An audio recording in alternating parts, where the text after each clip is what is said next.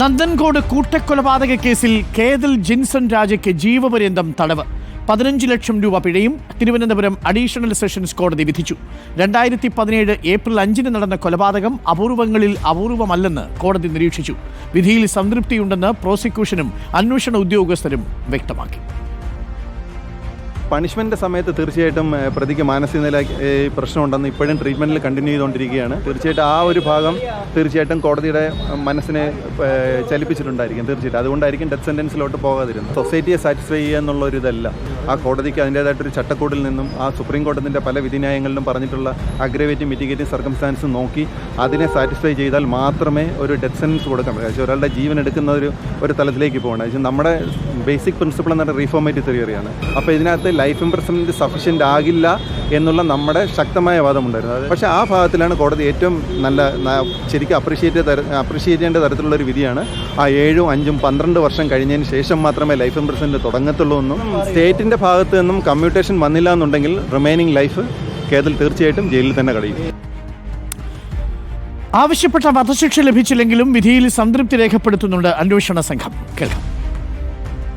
നമ്മൾ capital കൊടുക്കുമെന്നാണ് പ്രതീക്ഷിച്ചിരുന്നത്. Capital കൊടുത്തില്ല. ഈ 12 വർഷം തടവ് അനുഭവിച്ചതിന് ശേഷം മാത്രമേ ജീവപര്യന്തം തടവ് തുടങ്ങത്തുള്ളൂ. അപ്പോൾ സ്വാഭാവികമായിട്ട് നമ്മൾ കൂട്ടുമ്പോൾ മിനിമം ഒരു 22 കൊല്ലം ഈ പ്രതി ജയിലിൽ കിടന്നേ മതിയാവും. അത് പരിശോധിക്കുമ്പോൾ നല്ലൊരു ശിക്ഷ തന്നെയാണെന്ന് കാണേണ്ടി വരുന്നു. പോലീസ് കസ്റ്റഡി വാങ്ങി ആ സംഭവങ്ങളും തന്നെ ഒരു മാനസിക വിഭ്രാന്തിയോ അങ്ങനെ സംഗതികളൊന്നും കാണിക്കാത്ത ഒരാൾ തിരിച്ച് ഞങ്ങൾ ജയിലിൽ കൊടുത്തതിന് ശേഷം അസ്വസ്ഥത പ്രകടിപ്പിച്ചു എന്നും ചികിത്സയ്ക്ക് വേണ്ടിയിട്ട് കുളമ്പാറ ഹോസ്പിറ്റലാക്കിയെന്നും മനസ്സിലാക്കുന്നു. അതേസമയം പിഴയായി നൽകുന്ന 15 ലക്ഷം രൂപ അമ്മാവനായ ജോസിന് നൽകണമെന്നാണ് കോടതിയുടെ ഉത്തരവ്. പ്രതിയെ പൂജപ്പുര സെൻട്രൽ ജയിലിലേക്ക് മാറ്റിയിട്ടുണ്ട്. റഹീസ് റഷീദ് നൽകും കൂടുതൽ വിവരങ്ങൾ. റഹീസ് റഷീദ്, ജീവപര്യന്തമാണ് ഒടുവിൽ കിട്ടിയിരിക്കുന്നത്. 12 വർഷം കഴിഞ്ഞ് ജീവപര്യന്തം എന്ന് പറയുമ്പോൾ ജീവിതത്തിൻ്റെ ഒരു നല്ല ഭാഗം ജയിലിൽ തന്നെ കഴിയേണ്ടി വരും എന്നാണ് മനസ്സിലാക്കുന്നത്, അല്ലേ?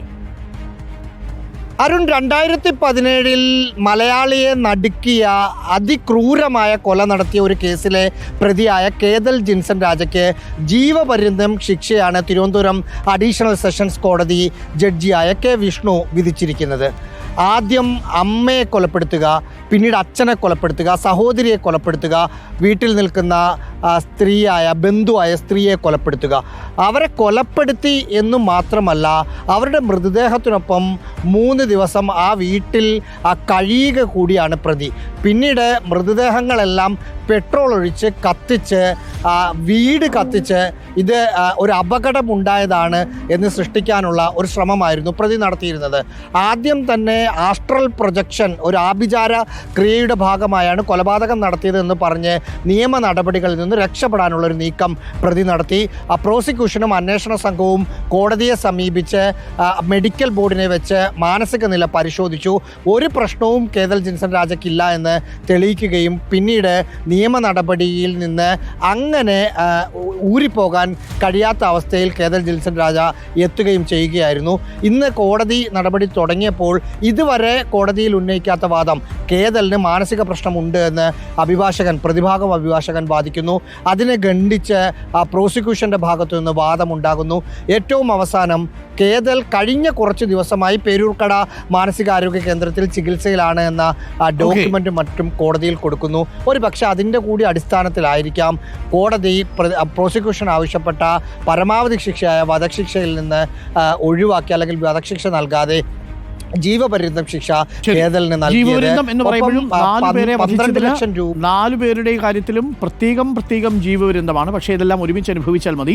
12 വർഷം മറ്റ് കുറ്റകൃത്യങ്ങൾ ചെയ്തതിന്, തെളിവ് നശിപ്പിക്കലടക്കമുള്ള കുറ്റകൃത്യങ്ങൾ ചെയ്തതിനുള്ള ശിക്ഷ അനുഭവിച്ച ശേഷമായി ഈ ജീവപര്യന്തം തുടങ്ങുകയുള്ളൂ എന്നാണ്. അപ്പോൾ ചുരുങ്ങിയത് ഒരു 20-25 വർഷം നേരിട്ട് ജയിലിൽ തന്നെ കഴിയേണ്ടി വരും. അതിനിടയിൽ പിന്നീട് പുറത്തിറങ്ങുമോ എന്നുള്ളതാണ്, സാധ്യതയില്ല എന്നുള്ളതാണ് പ്രോസിക്യൂഷൻ പറയുന്നത്.